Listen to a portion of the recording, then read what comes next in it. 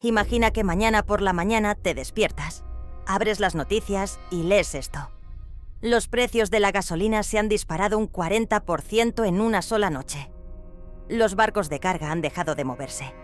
Las bolsas del mundo están en caída libre. Y todo porque en un estrecho de mar que apenas mide 54 kilómetros de ancho, alguien cerró una puerta. No es ciencia ficción. No es una película de catástrofes. Es el escenario que expertos en geopolítica llevan años advirtiendo. Y hoy, ese escenario está más cerca que nunca. ¿Estás listo para entender por qué un trozo de agua puede cambiar el mundo? Hay lugares en el mapa que parecen invisibles, pero que sostienen la civilización moderna. El estrecho de Ormuz es uno de ellos. Situado entre Irán al norte y la península arábiga al sur, este paso marítimo conecta el Golfo Pérsico con el Océano Índico. En su punto más estrecho, tiene apenas 54 kilómetros de ancho. Si lo pusieras en perspectiva, es aproximadamente la distancia de una ciudad a su área metropolitana. Un suspiro en el mapa del mundo. Y sin embargo, por esa franja de agua pasa aproximadamente el 20% de todo el petróleo que se consume en el planeta. Cada día, entre 15 y 20 millones de barriles de crudo atraviesan ese estrecho a bordo de enormes petroleros. Europa, Asia, Estados Unidos. Todos dependen, en mayor o menor medida, de que esa ruta permanezca abierta. No es exageración decir que el estrecho de Ormuz es la arteria más importante de la economía global. Y como toda arteria, si se bloquea, el organismo entero sufre las consecuencias. ¿Quién controla ese estrecho? Y más importante, ¿quién tiene el poder de cerrarlo? Para entender lo que está ocurriendo hoy, necesitas conocer a los tres actores principales de este tablero.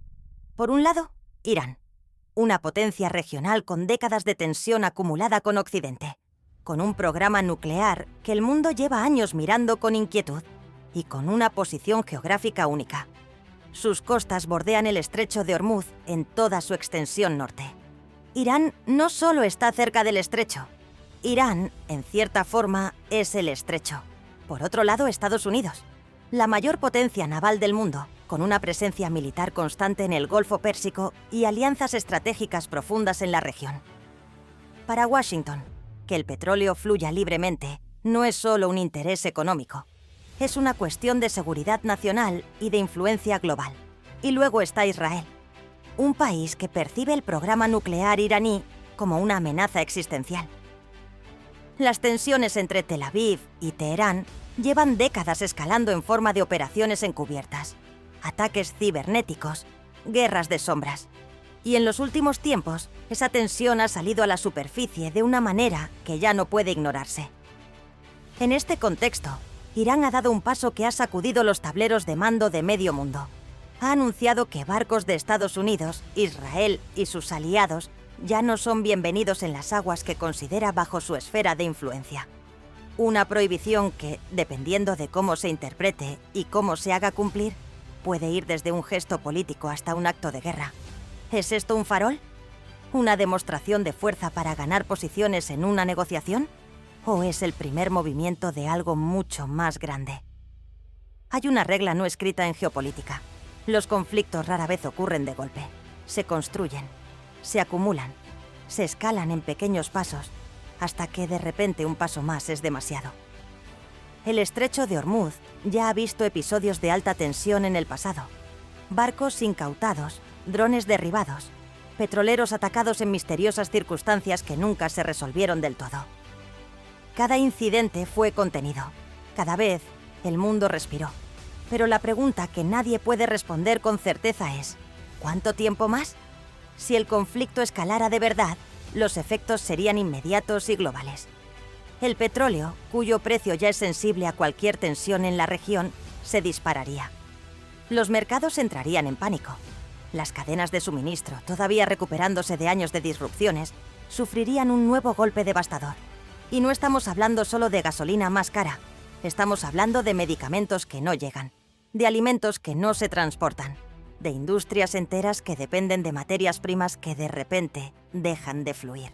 Europa, que ha trabajado durante años para diversificar sus fuentes de energía, seguiría siendo vulnerable. Asia, cuyo crecimiento económico depende enormemente del petróleo del Golfo, sería quizás la más afectada. Y los países en desarrollo, que tienen menos margen de maniobra, pagarían el precio más alto. ¿Cómo afectaría esto a tu vida diaria? Puede que más de lo que imaginas. El mundo moderno está construido sobre la ilusión de que el suministro es constante. El estrecho de Ormuz es una de las pocas grietas donde esa ilusión puede romperse de golpe. Y luego está la dimensión militar. Estados Unidos mantiene en la región una de sus flotas navales más potentes.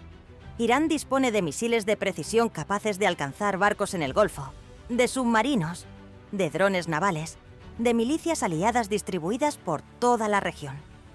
Un enfrentamiento directo no sería una guerra quirúrgica y limpia.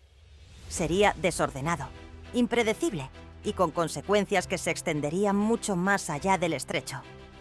Israel, por su parte, observa con atención todo movimiento iraní, y su historial demuestra que cuando percibe una amenaza lo suficientemente seria, actúa. El mundo ya lo ha visto antes. ¿Estamos ante el inicio de algo mucho más grande? Esa es la pregunta que los analistas de seguridad, los mercados financieros y los gobiernos de todo el planeta están haciéndose en este momento. Hay algo que los grandes titulares suelen omitir. En el estrecho de Ormuz no hay solo 2 o 3 bandos. Hay una constelación de intereses que orbitan alrededor de esa franja de agua. China es uno de los mayores importadores de petróleo iraní del mundo. Su relación con Teherán es compleja, pero estratégica. Un bloqueo del estrecho le golpea directamente, pero también le da palanca en las negociaciones globales. Rusia, inmersa en sus propias tensiones con Occidente, observa cómo cualquier crisis en el Golfo distrae recursos y atención de otros frentes. No es un actor pasivo en este tablero. Los países del Golfo, como Arabia Saudí o los Emiratos Árabes, tienen una relación ambivalente con Irán. Son rivales, pero también vecinos que necesitan que el estrecho funcione para exportar su propio petróleo. Y luego están las poblaciones civiles, las que no aparecen en las cumbres diplomáticas ni en los comunicados oficiales. Los iraníes que viven bajo sanciones económicas que llevan décadas comprimiendo su calidad de vida. Los yemeníes, atrapados en un conflicto que tiene raíces en estas mismas tensiones regionales. Los trabajadores de todo el mundo cuyo empleo depende de cadenas de suministro que pasan, de una forma u otra, por esa franja de mar. ¿Quién tiene realmente el control de esta situación? La respuesta honesta es incómoda. Nadie. Hay actores con poder, con capacidad de influir, de escalar o de negociar. Pero el control total, la capacidad de dirigir esta situación hacia un destino predecible, eso no lo tiene ningún gobierno, ningún ejército, ninguna cancillería.